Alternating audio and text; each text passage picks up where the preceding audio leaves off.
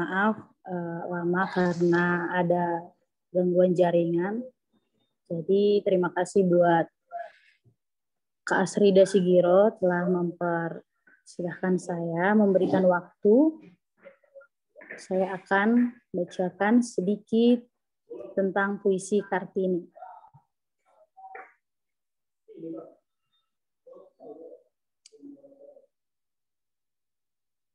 Puisi Kartini, Nostalgia, Ainul Lail Makuroma.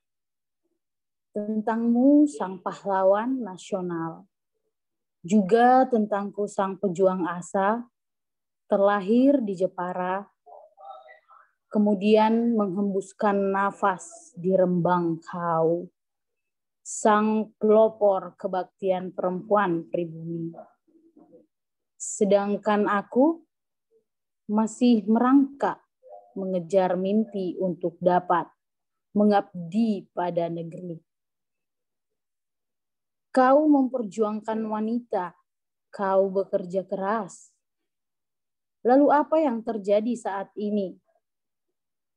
Mari bernostalgia tentang sebuah perjalanan. Aku perempuan, namun aku tidak sehebat dan sekuat perjuanganmu. Aku perempuan, namun belum dapat mengabdi kepada negeri. Namun, embusan nyanyian motivasimu menjadi pembakar diri untuk setiap berjuang. Habis gelap, terbitlah terang. Dimanapun bumi dipijak, di sanalah langit dijunjung. Perempuan haruslah tetap bekerja keras, kerja cerdas, dan berjuang, dan usaha yang keras. Seperti perjuangan ibu kita Kartini yang telah melewati badai dan coba. Engkau adalah putri yang berjiwa pahlawan, rela mengorbankan jiwa serta ragamu, tak gentar melawan takdirmu, untuk memajukan negara ini.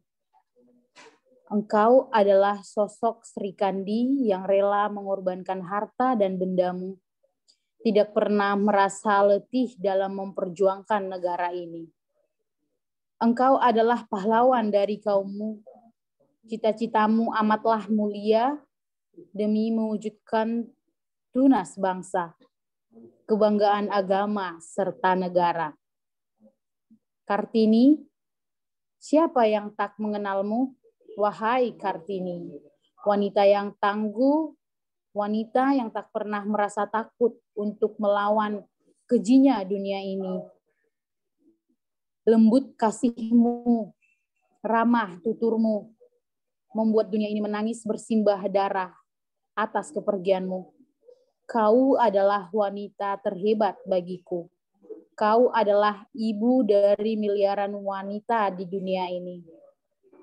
Kau mampu mempertaruhkan nyawamu demi negeri ini, demi wanita Indonesia, juga demi bangsa Indonesia.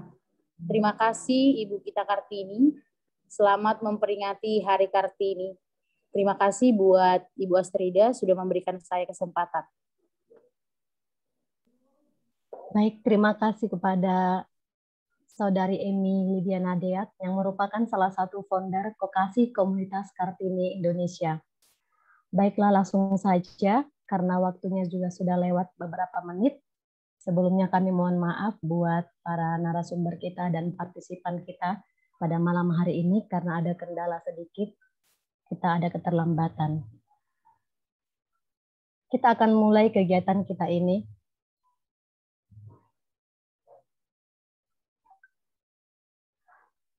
Assalamualaikum, Shalom, Om Swastiastu, Namo Buddhaya, Salam Kebajikan. Selamat malam Sobat-Sobat Kokasi. Selamat datang pada kegiatan webinar peringatan Hari Kartini. Acara ini diselenggarakan oleh Kokasi Komunitas Kartini Indonesia. Tepatnya kegiatan ini diselenggarakan pada Rabu 21 April 2021 dengan tema yang sangat menarik, yaitu perempuan sebagai agen pembangunan sosial di pedesaan.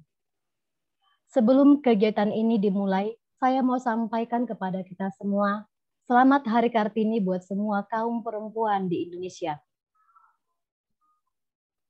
Baiklah, selamat datang kami ucapkan untuk para narasumber kita malam hari ini.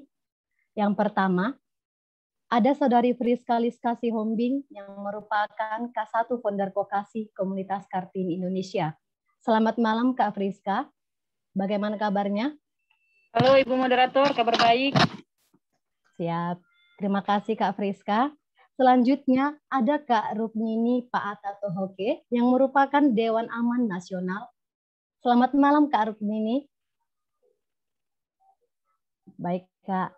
Selanjutnya ada Kak Tia Lestari Sedabutar, mungkin saat ini sedang berusaha untuk bergabung dengan kita. Tadi beliau mengatakan ada sedikit kendala, izin untuk terlambat sedikit. Selanjutnya ada Kak Dewi Kanti yang merupakan Komisioner Komnas Perempuan. Halo Kak Dewi, apa kabar Kak? Selamat malam, kabar baik. Salam sehat untuk semua. Terima kasih. Baik Kak, salam sehat kembali. Perkembangan suatu wilayah desa tidak selalu berjalan secara bersamaan. Hal ini dipengaruhi oleh beragam faktor dan potensi yang dimiliki sebagai karakteristik yang melekat secara khas di setiap desa. Seperti kondisi lingkungan geografis dan penduduk suatu desa dengan desa lainnya berbeda, maka potensi desa pun berbeda. Pemahaman terhadap potensi yang tersimpan dan dimiliki oleh suatu desa seperti potensi sosial, ekonomi, demografis, agraris, politis, kultural, dan sebagainya dapat menjadi instrumen penting untuk mentelaah permasalahan dan upaya pemecahannya. Berbagai permasalahan dalam lingkungan pedesaan tentu harus dapat diatasi dengan bertumpu pada potensi yang dimiliki oleh desa dengan penduduknya sebagai subjek dalam pembangunan, serta didukung oleh kerangka kebijakan secara nasional yang secara konsisten ditetapkan. Salah satu terobosan besar adalah dengan munculnya Undang-Undang Nomor 6 Tahun 2014 tentang Desa. Melalui undang-undang ini, desa memiliki kedudukan yang strategis dalam pembangunan, baik dalam menentukan objek maupun subjek pembangunan. Perempuan desa memiliki potensi untuk menggerakkan dirinya dan masyarakat menuju desa yang berdaulat dan berkeadilan. Akan tetapi perempuan desa kerap sekali mengalami berbagai diskriminasi yang membatasi perempuan untuk mencapai potensi optimum dirinya. Di tengah daya dukung yang semakin buruk, diskriminasi berbasis gender menghalangi perempuan untuk turut berpartisipasi dalam tata kelola desa. Apakah betul realitanya demikian?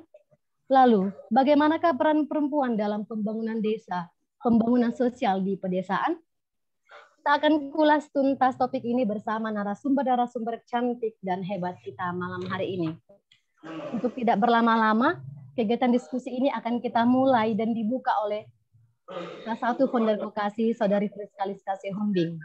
Selain menjadi Founder Vokasi, sosok perempuan kelahiran Duri, Kepulauan Riau ini, tepatnya pada 15 April 1995, pernah menjabat menjadi Sekretaris Jenderal PMKRI, Perhimpunan Mahasiswa Katolik Republik Indonesia, Cabang Pematang Siantar, dan kini menjabat menjadi tenaga administrasi di Lokataru Law and Human Rights Office. Dengan ini, waktu dan kesempatan kami persilakan kepada K1 Founder Vokasi. Dipersilakan kepada Kak Friska. Baik, terima kasih kepada Ibu Moderator. Pertama-tama mohon izin kepada Ibu Kak Dewi dan Ibu Rukmini juga Katia nanti yang akan menyusul. Tadi pengantarnya sedikit sudah tergambar dari yang disampaikan oleh Ibu Moderator. Kira-kira demikianlah yang menjadi kegelisahan kita, kegelisahan kami khususnya vokasi untuk mengangkat tema perdiskusian pada malam hari ini. Nah, dengan begini kegiatan webinar peringatan Hari Kartini tahun 2021 Komunitas Kartini Indonesia dengan ini saya nyatakan dibuka. Nah, berhubung karena saya juga dibuat narasumber pertama begitu ya, jadi saya menyampaikan pertama seperti ini sedikitnya. Ada kegelisahan tersendiri bagi Kokasi yang melihat perempuan hari ini yang cenderung memimpikan, mencita-citakan kehidupan kota, perempuan kota hari ini menjadi patron, begitu. Jadi seolah-olah kita ke kota itu menjadi cita-cita. Padahal yang saya alami sendiri, yang teman-teman di sekitar saya juga alami adalah bahwa justru kita ke kota jadi budak korporat, begitu. Kita ke kota justru malah jadi mesinnya perusahaan, katakanlah begitu. Nah, teman saya juga demikian, mengalami hal yang sama, begitu. Jadi gitu kan. Nah, itu yang kita lihat lokasi hari ini. Mengapa tidak perempuan justru berperan di desa? Nah, kebanyakan ya orang yang di Jakarta ini kan justru karena kebetulan saya berdomisili di Jakarta saat ini dari daerah, justru dari daerah, begitu. Dari daerah berangkat ke sini, berangkat ke kota.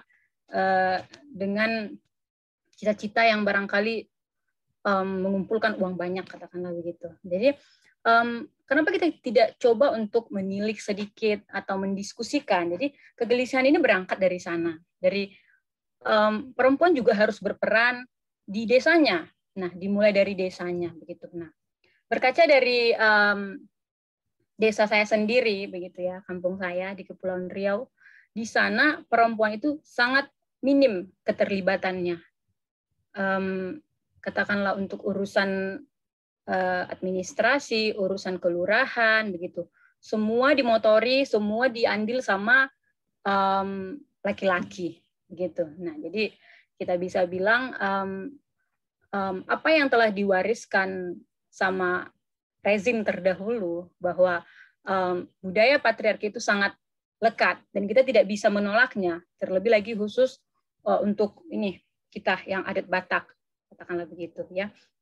Jadi kita bukan mau bilang atau langsung sepenuhnya menghancurkan budaya patriarki, tidak begitu. Tapi perempuan hari ini harus bisa melihat sisi lain, begitu.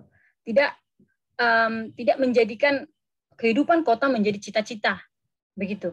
Tidak menjadikan apa yang ada tersedia di media sosial yang mempertontonkan kehidupan perkotaan itu menjadi sebuah cita-cita, begitu. Kita bisa membangun, kita bisa di desa tadi ya, kita bisa hadir di tengah-tengah masyarakat lingkungan kita, begitu. Dan aku kira ini bukan merupakan wacana baru, begitu, bukan merupakan topik perdiskusian yang baru, karena ada banyak organisasi LSM masyarakat, katakan seperti Ibu Rukmini yang dari Aman, yang ada barangkali programnya khusus back to kampung, begitu ya, gerakan balik kampung, begitu. Dan mereka membuat sesuatu yang berbeda. Nah, justru perempuan ini hadir untuk melindungi kampungnya, menjaga kelestarian apa yang ada di kampung, dan tetap menggali potensi di sana, begitu. Jadi kita datang ke kota untuk dijadiin budak. Perusahaan korporat datang ke kampung mengambil hasil yang ada di kampung, begitu. Kira-kira seperti itu dasar perdiskusian ini. Nah, mungkin saya ada PPT untuk materi sedikit ini harus bisa ditampilkan.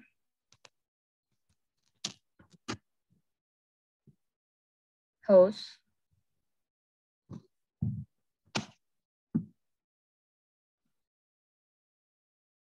Halo.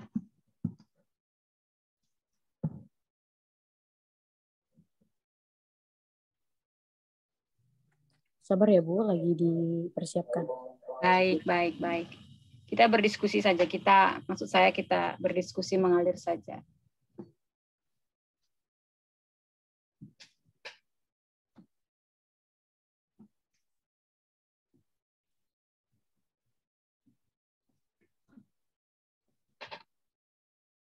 Nah, sambil menunggu PPT-nya ditampilkan, berangkat dari kegelisahan tadi, maka dari itu kita mengundang Ibu Rukmini, juga ada nanti dari Komnas Perempuan, Ibu Rukmini yang nanti bakal menyampaikan bagaimana atau apa upaya konkret yang Ibu ini lakukan di desanya, di kampungnya untuk bagaimana menghadirkan perempuan dalam isu-isu pembangunan. Juga Komnas Perempuan nanti akan mempertegas, barangkali memberikan contoh bahwa perempuan sendiri hari ini juga mengalami diskriminasi, walaupun dengan semangat pembangunan tadi begitu. PPT-nya udah hadir ya, belum ya? Sembari menunggu PPT-nya di-share, selamat datang kami ucapkan buat narasumber kita, Kak Tia Lestari yang saat ini sudah hadir.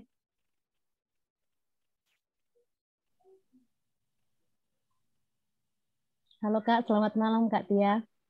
Selamat malam. Selamat malam semuanya. Selamat malam untuk kita semua.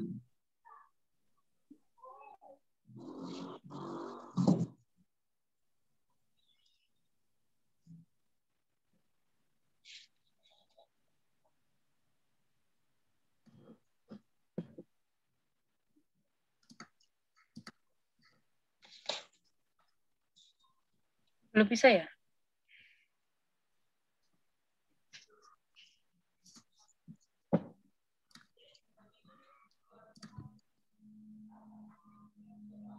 Mohon bersabar Ibu K1 Yeah. Friska Siombing.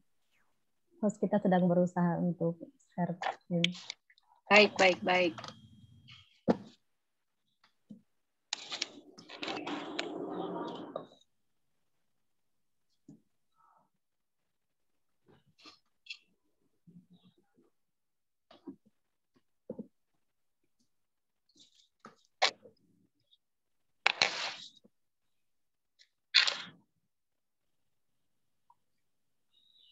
Mungkin menunggu share screen, dari Kak Friska sendiri bisa menceritakan mungkin pengalaman yang dilihat saat ini kan sedang tinggal di kota besar gitu ya, kota Jakarta seperti itu.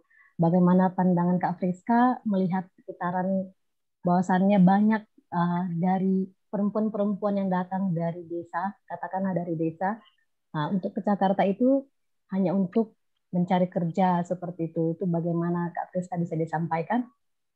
Iya, jadi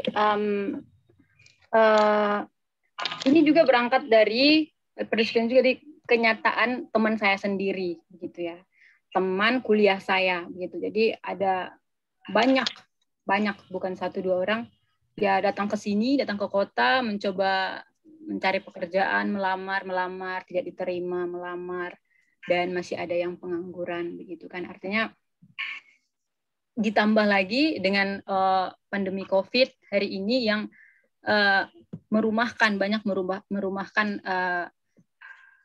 teman-teman para job seeker begitu. Jadi apa ya maksudnya ya?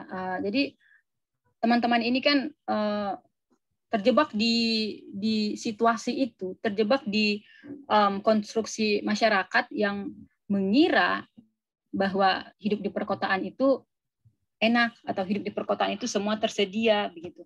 Nah, jadi kita harus berani melihat sisi lain menurut saya ya. Jadi kita bisa seperti ironi yang saya sampaikan tadi, kita datang ke kota menjadi budak, korporat datang ke kampung kita menguras, mengkeruk semua hasil lingkungan, semua hasil hutan barangkali begitu. Seperti yang kita juga barangkali teman-teman Kokasi yang lain juga pernah sempat turut terlibat dalam advokasi. Di sini juga saya lihat ada saudari Dian, dia juga ikut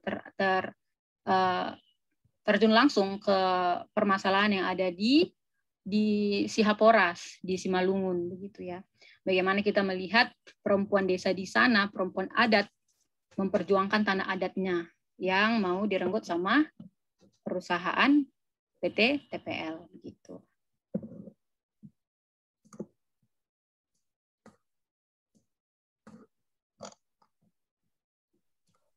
Baik Kak Friska, lalu kira-kira menurut Kak Friska sendiri itu apa sih yang melatar belakangi mereka? Kan pastinya perempuan yang kita katakan sudah menyelesaikan studi seminimalnya SMA mungkin ya, secara umumnya memilih untuk meninggalkan kampung halaman. Pastinya mereka sudah berpikir seperti itu, bahwasannya sebenarnya desa atau kampung mereka itu memiliki potensi juga.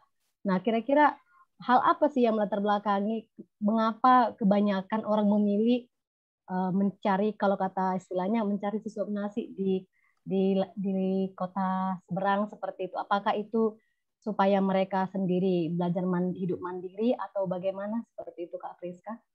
Nah, itu tadi kan, jadi mereka itu terbuai sama apa yang tersedia, yang dipertontonkan hari ini di media sosial begitu. Terus dan ukuran kemajuan dari perempuan-perempuan ini, ya dikira seperti itu, bisa mungkin memperlihatkan kostum terbaiknya di postingan feed Instagram seperti itu, bisa memperlihatkan bagaimana hiruk pikuk glamornya di kota begitu. Mungkin itu yang mempengaruhi satu. Dan memang di kota ini ya banyak perusahaan begitu. Jadi ya diiming-imingi gaji tinggi, gaji banyak begitu. Tetapi resiko dibaliknya ya tidak dipikirkan. Justru banyak terjadi tindakan diskriminasi di perusahaan, juga tindakan pelecehan begitu. Mungkin Komnas Perempuan lebih tahu hal itu begitu. Baik, Kak Priska, berarti kesimpulannya seperti kebanyakan mengikut tren-tren seperti itu ya, kayak hanya sekedar supaya banyak orang lihat seperti itu ya, Kak? Iya, begitu. Tadi saudari Amy, host kita, tadi mencoba untuk menghubungi saya bahwasannya ada kendala seperti itu.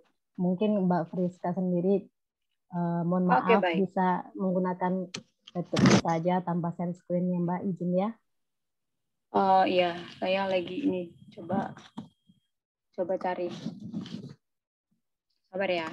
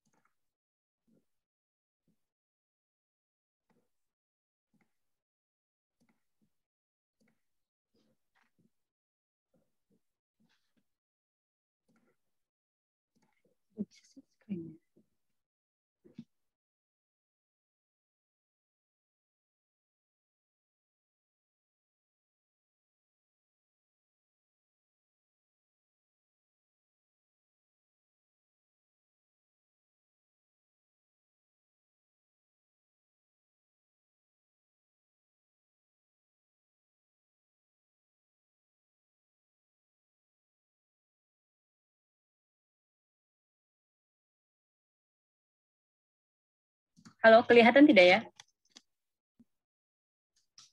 Halo, moderator. Jelas, Mbak. Kelihatan, Mbak. Oh, oke ya. Oke, baik. Kita mulai. Jadi, ini ada sedikit oret-oretan saya tentang perempuan sebagai agen pembangunan sosial di pedesaan. Nah, selain dari berangkat dari kenyataan dan yang saya sampaikan tadi, kita mari hari ini mengapresiasi kebangkitan RA Kartini. Nah, kegiatan webinar ini juga diinisiasi dari apa yang telah diperjuangkan sama Ibu kita Kartini terdahulu. Nah, di sini saya ada sedikit sekilas tentang RA Kartini, bisa dilihat atau disaksikan juga. Adalah Kartini seorang kalangan priai. Kartini mewarisi kepada kaum perempuan saat ini yaitu persamaan hak pendidikan atau untuk belajar. Nah, Kartini adalah orang yang sangat mencintai ayahnya dan dengan rela menutup rapat-rapat cita-citanya dan tidak mengedepankan egonya, sehingga dia memilih muda dan kemudian mati muda juga. Nah, sejarah mencatat bahwa Kartini dinobatkan sebagai pahlawan nasional. Tertera di Kepres nomor 108 pada tanggal 2 Mei 1964. Nah, selanjutnya, jadi tidak hanya Kartini ya teman-teman, jadi perempuan pejuang terdahulu itu banyak. Nah, ini ada sederetan nama dengan profesinya. Nah, banyak perempuan terdahulu yang berjuang, entahkah itu untuk kepentingan dirinya, kepentingan komunal dan masyarakat banyak, tapi pada intinya yang diperjuangkan perempuan adalah menolak diam dan dengan resiko berani berjuang untuk kemudian jadi sejarah dan warisan bagi perempuan saat ini. Nah, ini yang kita kesetaraan yang saat ini kita ya katakan dinikmati begitu ya, walaupun tidak sepenuhnya, tapi yang di muka umum terlihat demikian dan di cover seperti itu barangkali sama regulasi hari ini. Nah, Kartini hari ini membicarakan tidak lagi spesifik. Ketika kita membicarakan Hari Kartini hari ini, kita tidak lagi spesifik menyebutkan orangnya, begitu. Maksudnya Kartini yang ikonik serta pejuang perempuan pada dulunya telah mewariskan emansipasi dan perjuangan yang dapat dirasakan dan dinikmati hingga hari ini. Nah, emansipasi dan perjuangan itu sendiri kini melebur dalam berbagai bentuk. Nah, Kartini hari ini tidak lagi menghadapi penjajahan secara kolonial, melainkan pemikiran dan warisan dan praktik kolonialisasi itulah yang kini diperhadapkan kepada Kartini hari ini. Kita menyebutnya perempuan ya, perempuan hari ini. Nah, selain perempuan dipandang sebagai manusia kelas 2, perempuan mengalami diskriminasi, pelecehan, perempuan mengalami eksploitasi juga.